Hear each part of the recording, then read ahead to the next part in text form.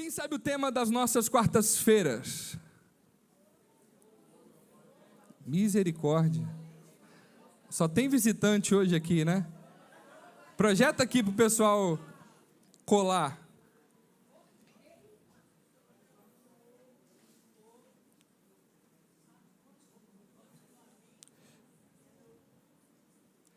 Mano, me envia o link do culto, que eu não estou achando aqui o link do YouTube. Me envia o link do YouTube, do ao vivo.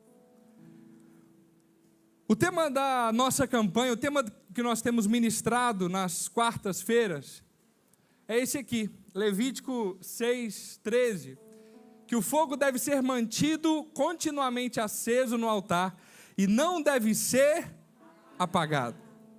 O fogo deve ser mantido aceso continuamente e não deve ser apagado. E pensando sobre isso, aleluia, tem gente até com calor aqui, hein? O Espírito Santo está fazendo, aleluia. Quando nós falamos desse tema, que o fogo deve ser mantido aceso, a primeira coisa que me veio à memória, e põe amor nas minhas palavras, tá? Foi um churrasco. Aleluia. Eu gosto de comer um bom churrasco, você pode me chamar, aleluia. Só que o texto, ele está dizendo o seguinte, que o fogo, ele deve ser mantido. E na minha cabeça, a minha imaginação, eu viajava pensando o quê? O fogo de Deus ficava ali igual aquele fogo da sarça, que consumia e fogo não apagava, mas a sarça, ela não virava cinza. Eu fiquei imaginando aquele fogo de Deus que não se apagava por nada, que era eterno, que era inapagável. Só que eu fui ler o texto, e eu percebi que Deus, ele fala algo para nós nesse texto, nesse contexto. Porque ele está falando de manter o fogo aceso. Olha comigo, vamos lá, do versículo 8, vamos ler do 8 até o 13, Levítico 6, do 8 até o 13. Eu vou ler na NVI que está aí. O Senhor disse a Moisés: dê este mandamento a Arão e seus filhos. Esta é a regulamentação acerca do holocausto. Acerca de quê, irmãos? Então abre um parênteses, viaja aqui comigo. O que era o holocausto? O holocausto, Deus ele estabelece para o povo, ou ensina o povo a fazer um sacrifício. Então o holocausto era uma forma de apresentar uma oferta a Deus. Havia naquela época, no tempo de Moisés, Deus dá instrução para que Moisés construísse o tabernáculo. E o que acontecia? O sumo sacerdote, no dia nacional do perdão, ele pegava a oferta, sacrificava, aspergia o sangue sobre ele, e ele apresentava essa oferta diante do Santo dos Santos, diante da presença de Deus. Em outras palavras, era como se o sumo sacerdote chegasse diante de Deus e falasse: Deus, perdoa o Zezinho pecou, e pelo pecado dele, ele está aqui apresentando X, Y, Z de sacrifício, de acordo com o pecado. Deus já estabeleceu, de acordo com o pecado, vai apresentar A, B ou C. Deus determinava uma quantidade ou um tipo de sacrifício. E esse sumo sacerdote fazia o quê, irmãos? Ele fazia o quê, irmãos? Ele apresentava diante de quem? Diante de misericórdia. Vocês estão comigo, não? Ele apresentava o sacrifício diante de Deus. Deus, então, a Bíblia diz que Deus apagava os pecados? Não. Deus, ele encobria, então, os pecados. É como se Deus ali varresse a sujeira para debaixo do tapete, para não ficar tão feio, tão sujo. E esse sacrifício, quando Jesus ele se apresenta, ele se oferece, ele como um cordeiro santo, ele morre no nosso lugar, um sacrifício perfeito. Deus rasga o véu de cima a baixo, e os nossos pecados, a Bíblia vai dizer que nós não precisamos mais, uma vez por ano, ir até um sumo sacerdote para que ele apresente um perdão pelos nossos pecados.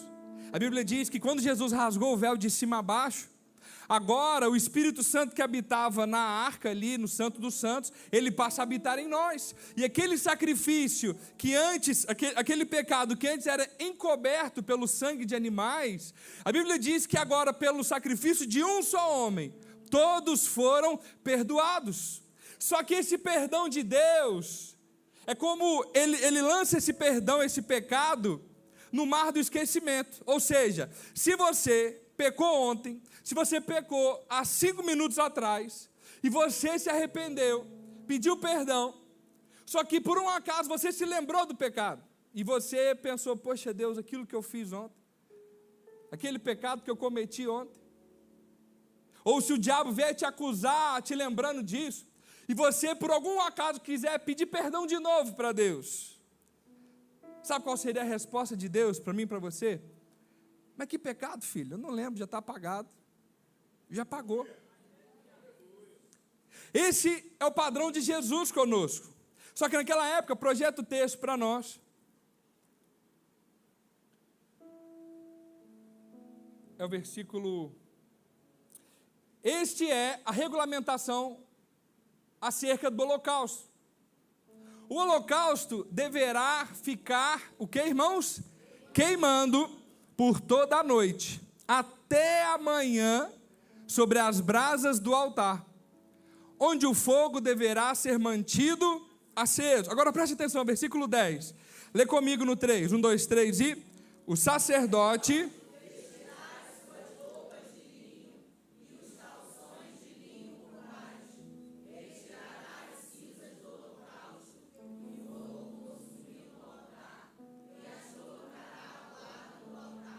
Olha isso aqui me marcou, presta atenção. O que Deus está fazendo? Deus está agora preparando, repete comigo, preparando o ambiente. Mais uma vez, preparando o ambiente. Deus fala o seguinte, olha, vocês vão queimar o holocausto. Só que o sacerdote, quando ele for realizar essa oferta, quando ele for servir dessa maneira, o que ele vai fazer? Ele vai vestir suas roupas de linho. E os calções de linho, ele vai retirar as cinzas de onde? Do holocausto, que o fogo consumiu no altar, e as colocará ao lado do altar. Olha aqui para mim. Quem aqui já fez churrasco? Aleluia. Então já sei onde que eu vou comer churrasco. Mas quando a gente faz um churrasco, você coloca o carvão. Ou se você é mais gourmet, você coloca ali uma lenha para dar uma gourmetizada na carne, né? E aí você coloca o álcool. Pensa aqui comigo, quero que você pense passo a passo. Peguei a churrasqueira, coloquei o carvão, joguei um pouco de álcool. O que eu estou fazendo? Eu estou preparando o meu churrasco. Peguei a churrasqueira, coloquei o carvão, joguei o álcool. O que eu faço agora? Eu acendo o fogo e taco fogo no carvão. O que começa a fazer? O carvão, ele começa a se aquecer, ele pega fogo ao ponto de ele virar uma brasa. Quem está comigo, diga amém. Essa brasa, ela começa a queimar e ela produz muito calor, ao ponto de você conseguir queimar aquela carne. Você vai cumprir o seu propósito ali de fazer o churrasco. Só que Deus fala o seguinte: esse fogo vai queimar a noite toda. Só que depois, o sacerdote, ele vai vir e vai limpar o quê? As cinzas. Você fez o churrasco, comeu aquela picanha, aleluia. E aí você comeu, encheu a barriga, se satisfez. O fogo apagou, cumpriu o propósito. Só que no dia seguinte, você é tão próspero, tão abençoado, igual o pastor Tiago, que você fala, eu vou comer churrasco de novo hoje, aleluia. E vou assar aquela picanha nobre de novo. O que o pastor Tiago vai fazer então? Ele vai preparar o churrasco. Então ele vai preparar o ambiente para que o churrasco aconteça novamente. Só que naquela churrasqueira, o fogo de ontem produziu o quê?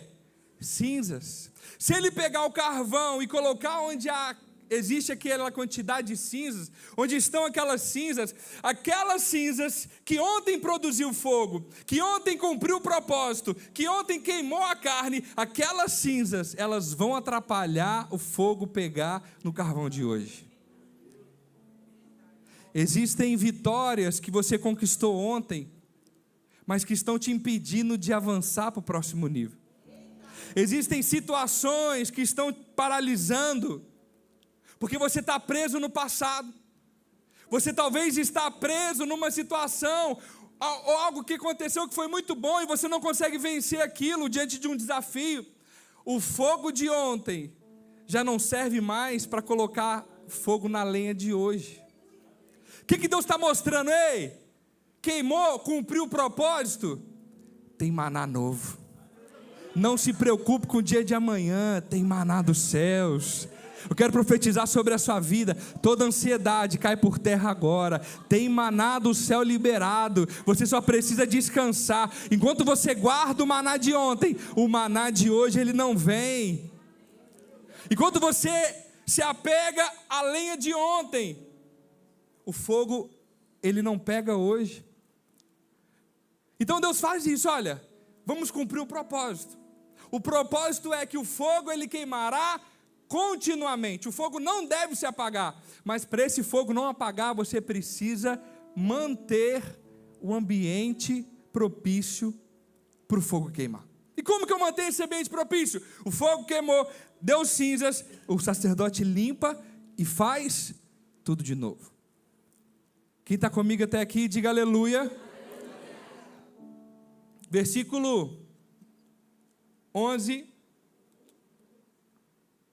Depois ele trocará de roupa e levará as cinzas para onde?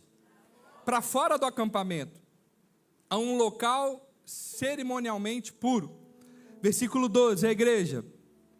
1, 2, 3 e... O fogo deve ser mantido.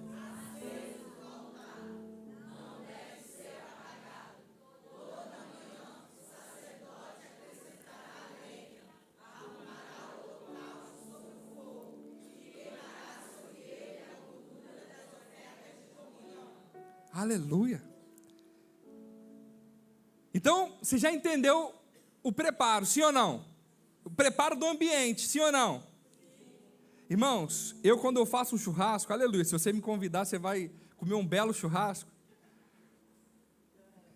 Eu pego a picanha, e aí, depois que o fogo começou a pegar, eu coloco a picanha com a gordura virada para o fogo. Deu até água na boca agora. Essa hora, pastor, falar disso. Aí o fogo começa a queimar aquela picanha, aquela gordura. E ela começa a pegar fogo e eu dou uma selada na picanha. Aleluia. Depois eu viro a picanha, selei a picanha, eu corto ela em pedaços e depois eu vou assando, vou comendo. O que Deus está fazendo? Deus está ensinando o preparo para que o ambiente ele mantenha o fogo aceso. Tem situações que você talvez está pensando, poxa, por que isso não muda na minha vida? Por que eu não venço isso? Por que eu não estou passando de fase? Por que esse deserto demora tanto? Ei, é você que precisa manter o fogo aceso. Só que existem pessoas que se contentam em tomar uma sopinha rala uma vez por semana e quer ter força, quer ter energia, quer ter disposição para aguentar uma semana de pé. Você come 5 vezes por dia, mas para alimentar o seu espírito você está satisfeito em vir ou domingo ou quarta-feira e acabou? Não, Deus está nos ensinando, o fogo deve ser mantido, é nossa obrigação, é nosso dever. Olha que ele diz, o fogo deve ser mantido aceso, mas como? Tirando as cinzas e colocando lenha, tirando as cinzas e colocando lenha. Nós não conseguimos controlar o que os outros fazem conosco. Sim ou não, irmãos? Você controla o outro? Você controla o que o outro fala? Você controla o que o outro vai fazer? Não. Nós não controlamos as circunstâncias ao nosso redor. Você talvez não consegue nem controlar. Outro dia eu estava andando ali na rua, de repente, pum, o pombo me acertou, sujou minha camisa toda. Eu falei, sem vergonha, e eu estava andando rápido. Eu falei, esse é bom de mira. Eu não pude controlar, não pude impedir o pombo de me acertar.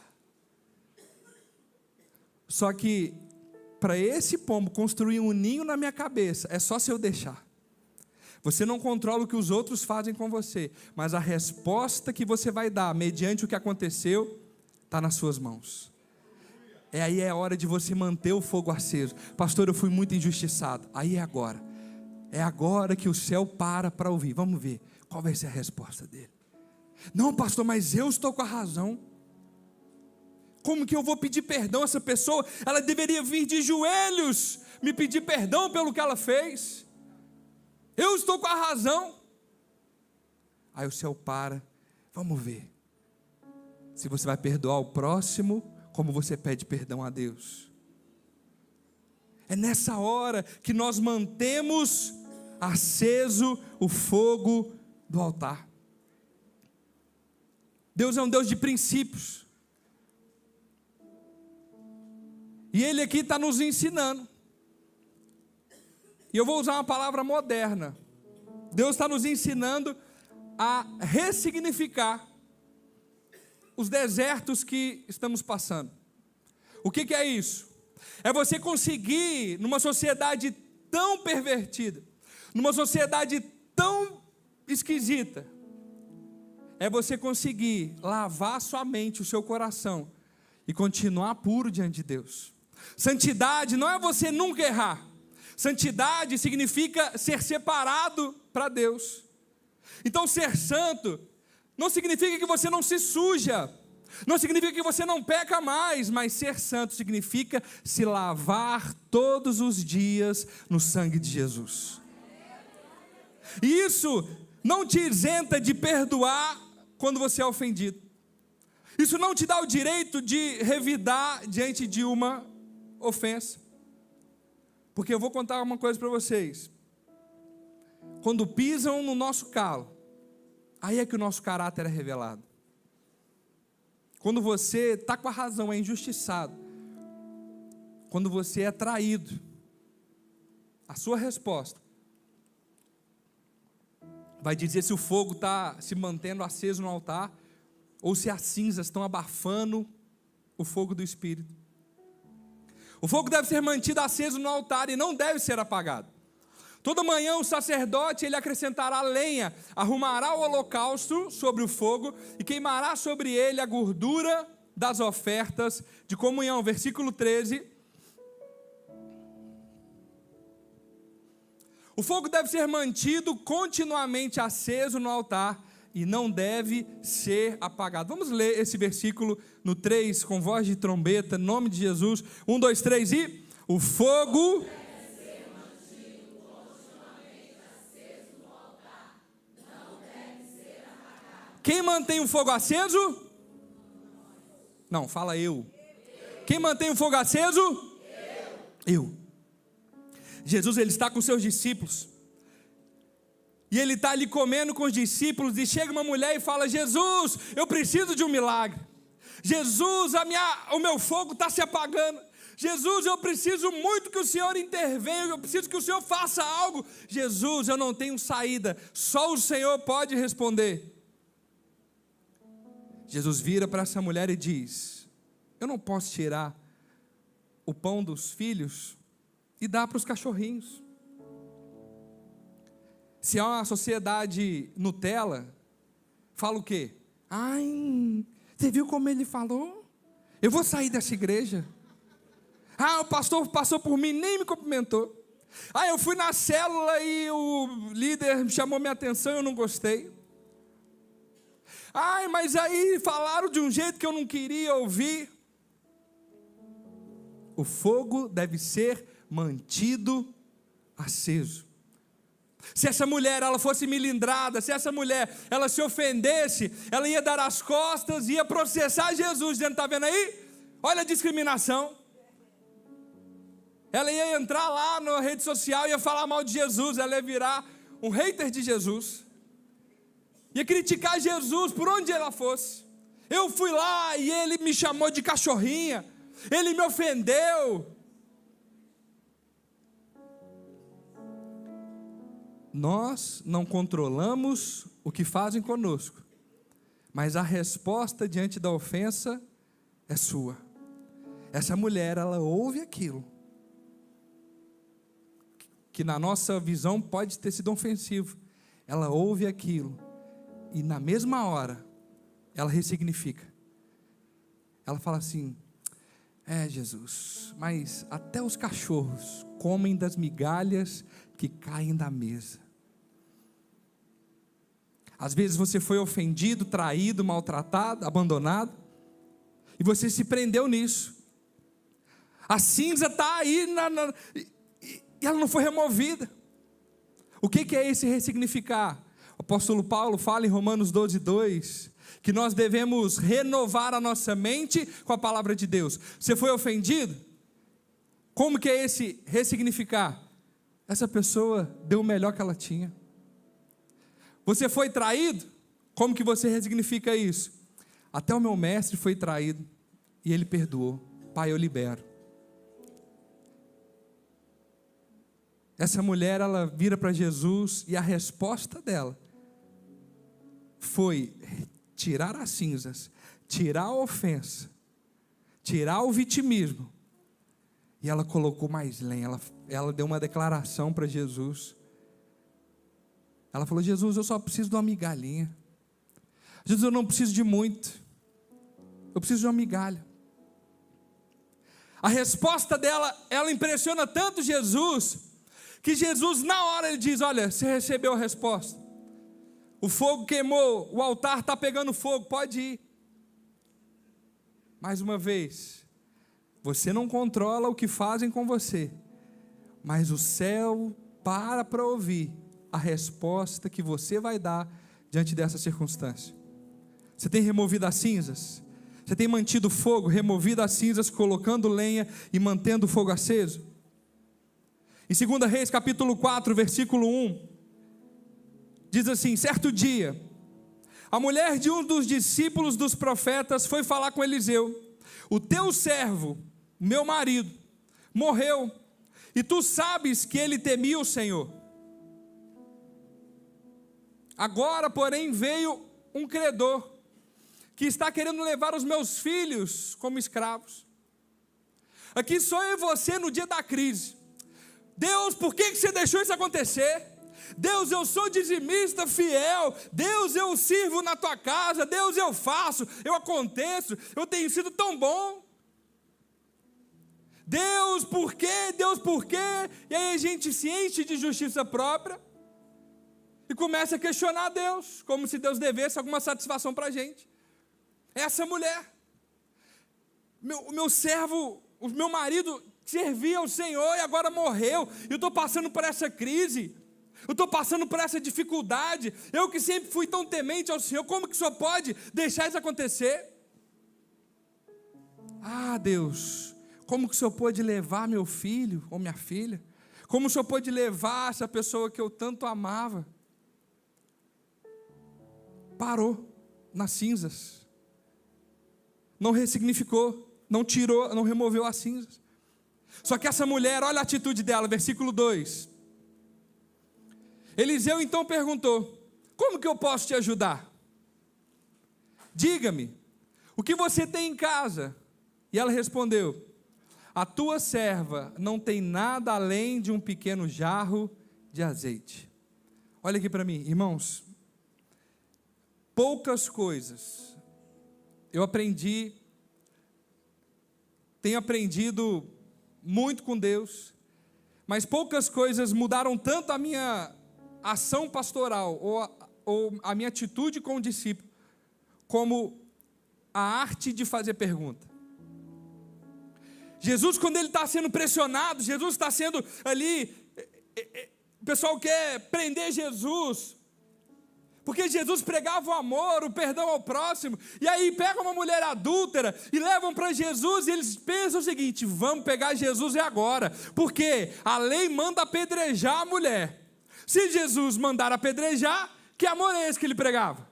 Mas se ele não mandar apedrejar, a gente vai prender Jesus, porque ele está indo contra a lei. Agora pegamos Jesus, acabamos com Jesus. Quando Jesus é pressionado, Jesus ele não abre a boca para se justificar. Jesus não abre a boca para ficar dizendo que ele era isso ou aquilo. Não, Jesus faz o quê? Uma pergunta.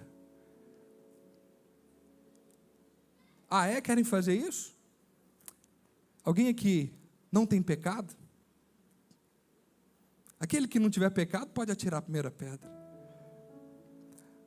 Não seja pronto em falar, mas seja pronto em ouvir. A Bíblia diz que até o tolo, quando ele se cala, ele se passa por sábio. O problema é que nós muitas vezes queremos sair com a razão. Não, eu quero é convencer, eu quero é estar certo, eu quero sair com a razão. E nessa de sair com a razão, muitos têm mantido as cinzas no altar. Aí o fogo vai murchando, vai sendo abafado. Diante de uma situação, ao invés de você ficar criticando, ao invés de você ficar murmurando, se vitimizando, comece a fazer perguntas. Deus, o que eu posso fazer para sair dessa situação? Deus, qual a resposta que o Senhor espera de mim? Porque o próprio Deus, ele fala: o meu povo, eles estão perecendo, porque lhe falta o conhecimento. Então faça perguntas. Deus, qual é a sabedoria que eu não tenho, que eu deveria ter, para não passar mais por isso? Essa mulher, projeta aqui de novo, ela recebeu uma pergunta. O profeta não ficou se justificando, não, é que Deus é quem paga o salário. Não, ele falou: o que você tem? Como que eu posso te ajudar? Ela diz: olha, eu tenho um jarro de azeite, versículo 3. Então Eliseu disse: vá então, peça emprestado vasilhas vazias a todos os vizinhos, mas peça muitas. Versículo 4. Vamos ler comigo no 3, 1, 2, 3 e... depois entra em casa...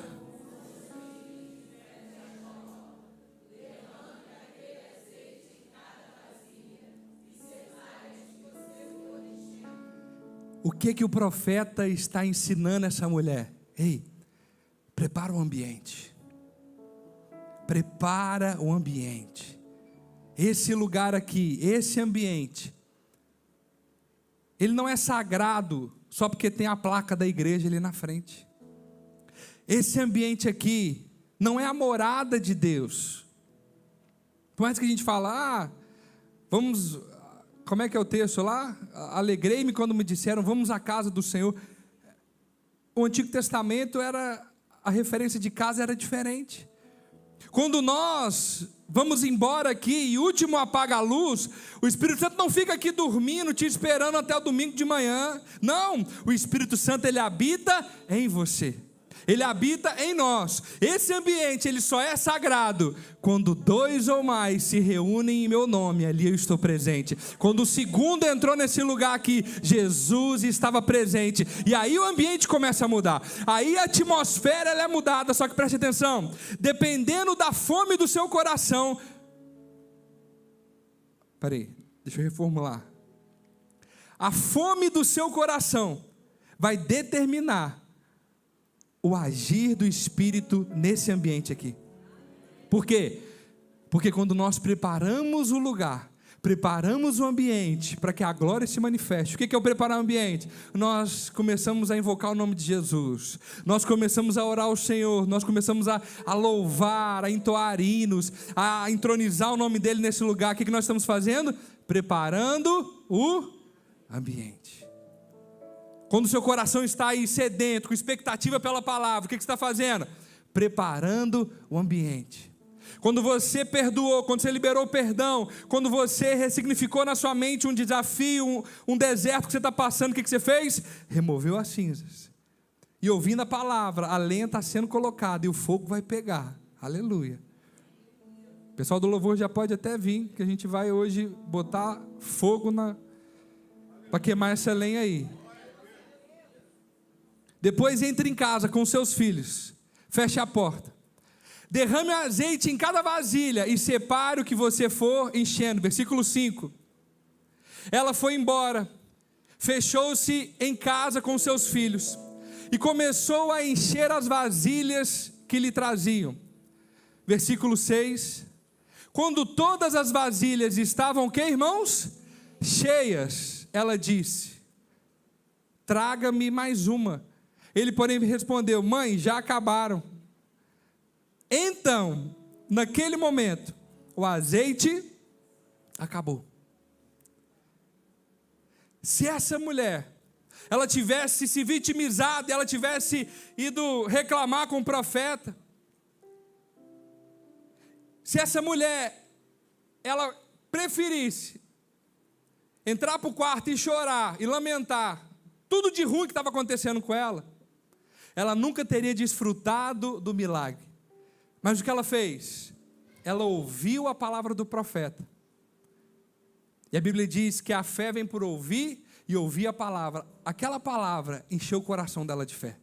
Quando o coração dela se encheu de fé, todo medo, toda amargura, todo vitimismo, ele foi perdendo lugar, e o coração foi enchendo de fé, ao ponto dela crer e dar uma resposta: eu vou cumprir essa palavra do profeta.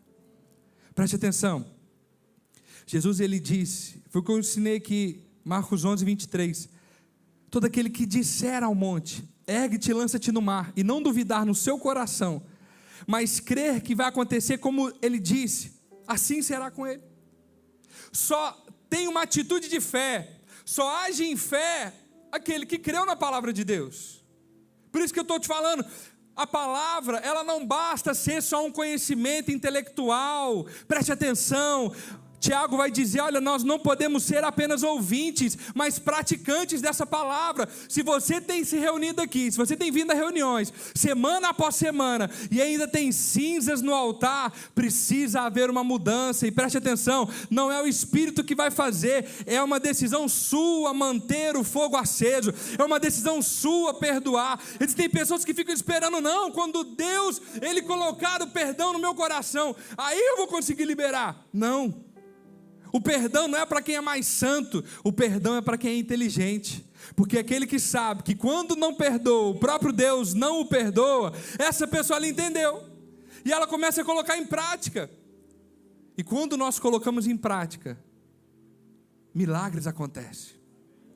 Quando nós colocamos em prática a palavra de Deus, a fé, ela é a certeza das coisas que se esperam, e a convicção de fatos que você não consegue ver. A sua fé, a sua atitude, ela demonstra o seu nível de fé. Quando você vem a uma reunião como essa, você está demonstrando que você tem fé, que Deus fará grandes coisas na sua vida. 3 améns. Quando você vem numa reunião como essa, você está demonstrando que você crê que Deus fará grandes coisas na sua vida. E se você crê, assim será convosco.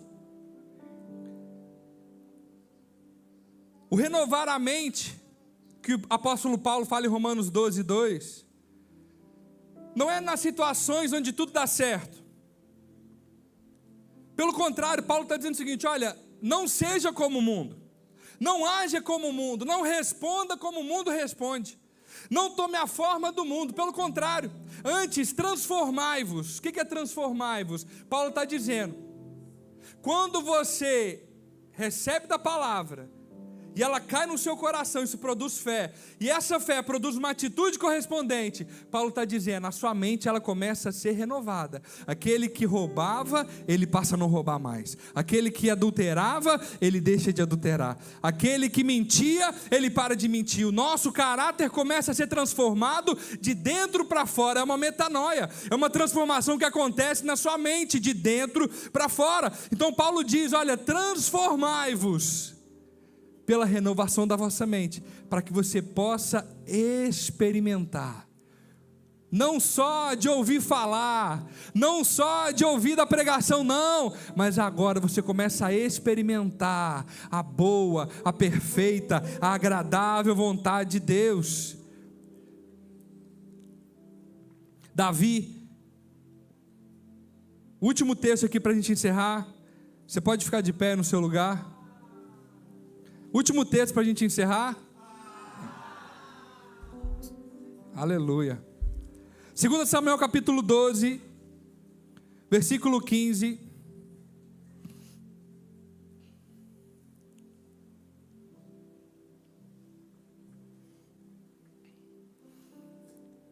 Vamos ler do 15 até o 23.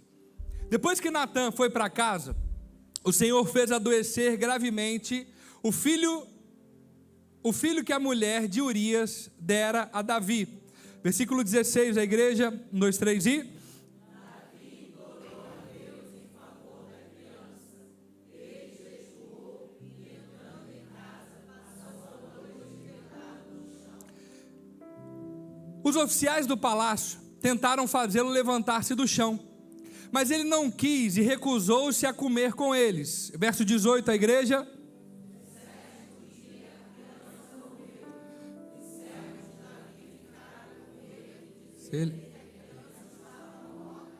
Comentaram: enquanto a criança ainda estava viva, falamos com ele, e ele não quis escutar-nos. Como vamos dizer-lhe que a criança morreu? Verso 19: ao perceber que os seus servos cochichavam entre si, Davi compreendeu o que, irmãos? Que a criança estava morta. E ele fez o quê? Uma pergunta: a criança morreu? Sim, ela morreu, responderam. Verso 20: então Davi levantou-se do chão, lavou-se, perfumou-se e fez o quê, irmãos? Trocou de roupa. Depois ele entrou no santuário do Senhor e o adorou. O que Davi fez? Preparou o ambiente. Poxa, eu perdi alguém que eu amava muito. O que Davi fez diante dessa situação? Depois dele ter orado, chorado, prostrado diante do Senhor, pedido ao Senhor, a resposta não foi a que ele queria. O que ele fez? Se levantou, tomou um banho, passou um perfume, trocou de roupa, e foi lamentar, foi chorar? Não, ele entrou no santuário e adorou a Deus.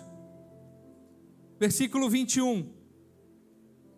Os seus servos lhes perguntaram: mas espera aí, por que você está agindo assim? Enquanto a criança estava viva, você jejuou, você chorou. Agora, porém, que a criança está morta, você se levanta e come. Versículo 22. E ele respondeu: enquanto a criança ainda estava viva, eu jejuei, chorei. E eu pensava: quem sabe, talvez o Senhor tenha misericórdia de mim e deixe a criança viver. Mas por que deveria jejuar agora que ela morreu? Poderia eu trazê-la de volta à vida? Eu irei até ela, mas ela não voltará para mim. Já teve situações que eu não tinha resposta. Aconteceram situações que eu não sabia o porquê de Deus permitir algo acontecer na minha vida.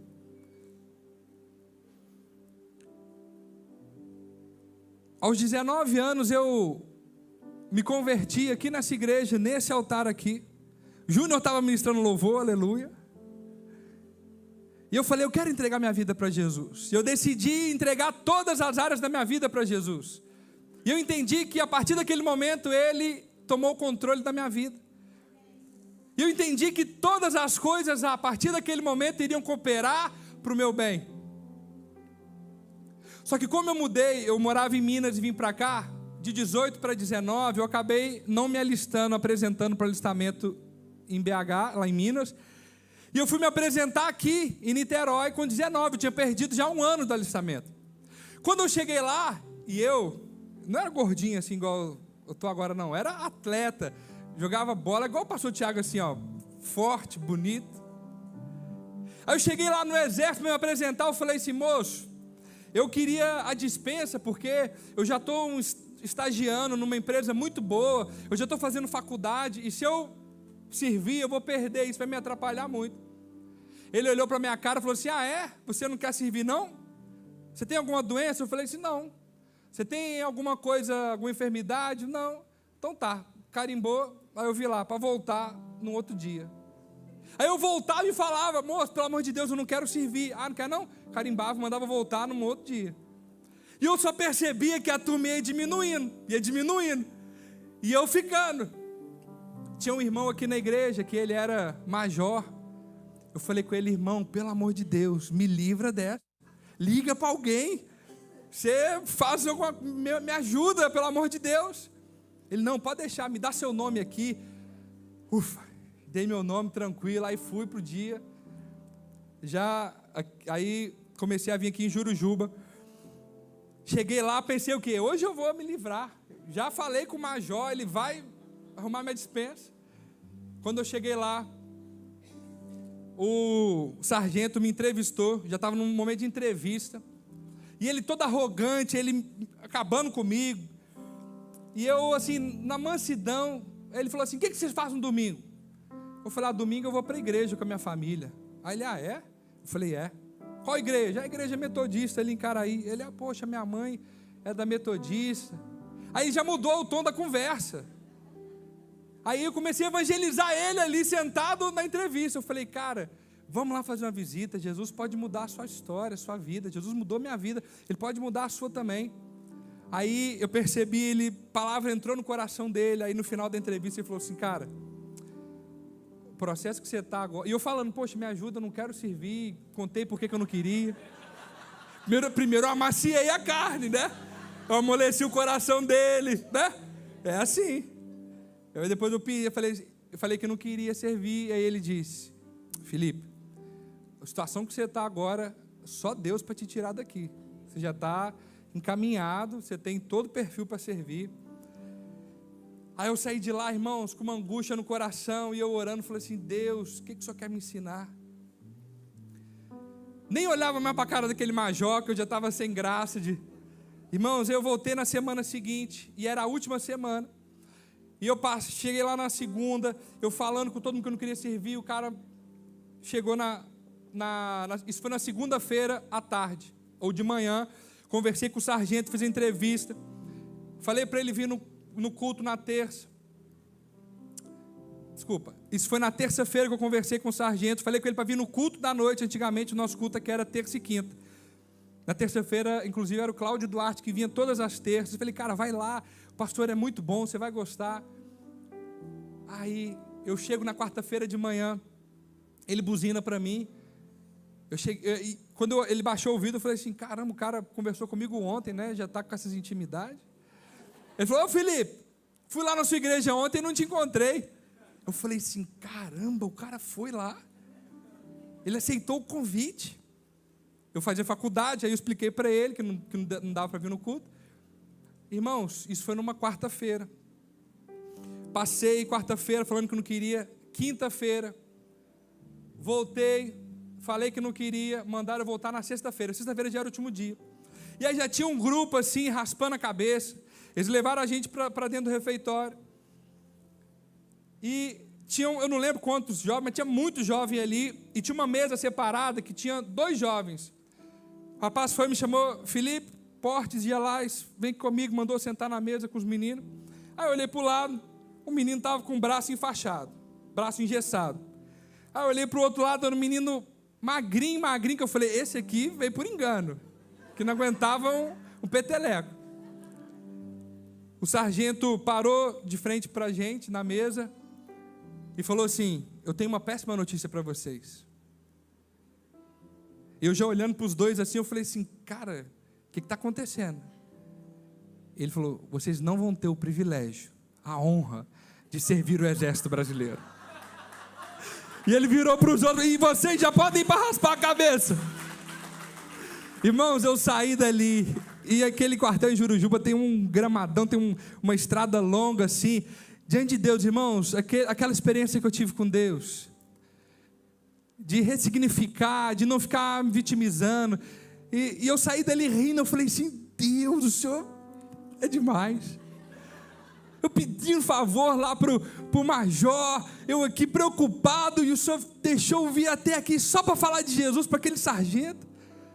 Naquela hora, foi a primeira vez que eu ouvi a voz do Espírito, uma voz forte, com autoridade, no meu espírito, dizendo: meu filho, você não depende do favor de ninguém dessa terra, você depende do favor do dono dessa terra. Agindo eu, quem impedirá? E eu voltei como?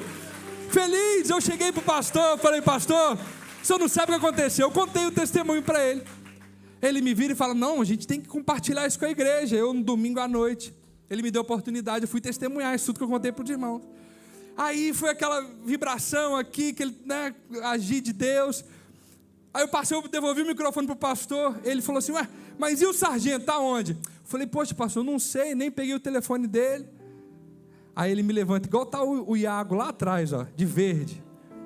Ele me levanta lá atrás: eu estou aqui. E ele entregou a vida dele para Jesus. Deus começou a agir na vida dele.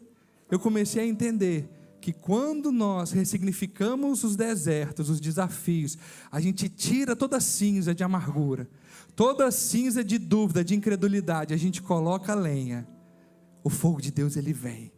E esse manter o fogo é uma obrigação nossa. Você não vai conseguir controlar as circunstâncias ao seu redor, mas é você que determina qual reação você tem diante de uma afronta, diante de uma injustiça, diante de uma traição. É você que determina. E nessa noite eu queria te convidar a juntos como igreja nós mantermos o fogo aceso. Eu queria te convidar a vir aqui à frente como igreja. Eu quero te convidar, venha.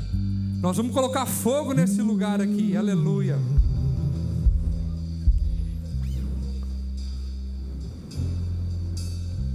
Primeiro passo, nós precisamos remover as cinzas. Primeiro passo que você vai dar nessa noite, e nós vamos colocar fogo aqui nesse lugar, o fogo de Deus vai descer, mas o primeiro passo é você remover todas as cinzas. E eu te dei exemplos, eu compartilhei situações com você, foi só para te ilustrar, mas o Espírito Santo está trazendo agora ao seu coração o que você precisa deixar para trás. A cinza não é para guardar num cantinho, não. O sacerdote jogava a cinza para fora, ele removia as cinzas. O Espírito está te mostrando agora o que precisa ser removido. Eu quero te convidar, essa é uma decisão sua. Comece a colocar para fora agora. Enquanto nós louvamos ao Senhor, coloca toda a cinza para fora. Comece a liberar perdão nessa noite. Pastor, mas essa pessoa já até faleceu, já até morreu.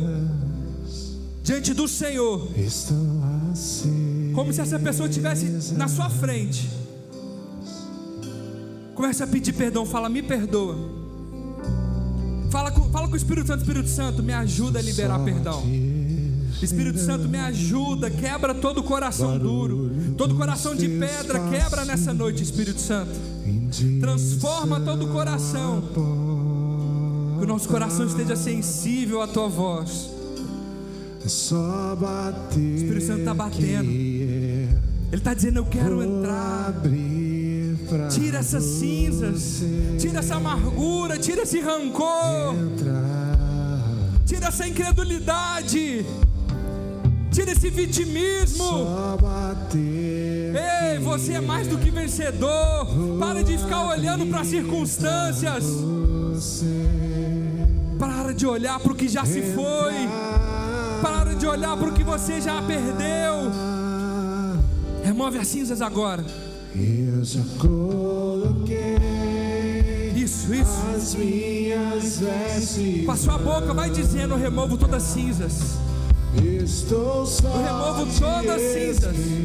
Aquilo que o Espírito trouxer ao seu coração, remova agora. Não fique com a sua boca fechada. Isso.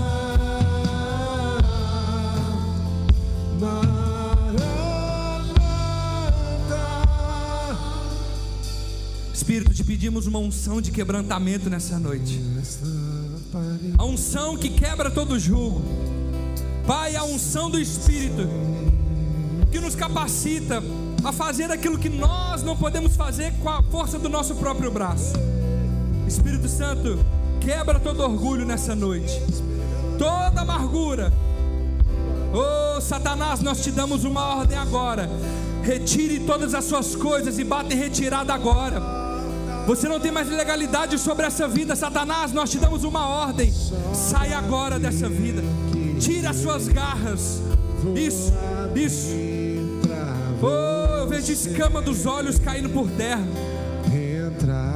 Eu vejo tampões do ouvido sendo removidos nessa noite. Isso.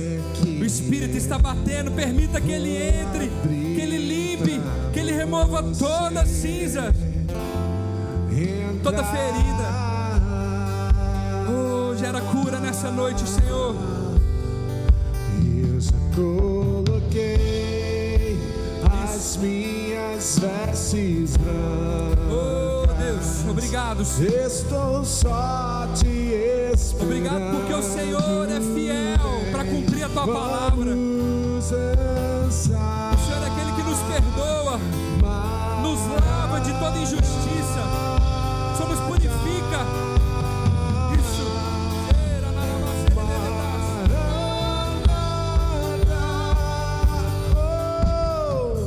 Tem fogo nos olhos.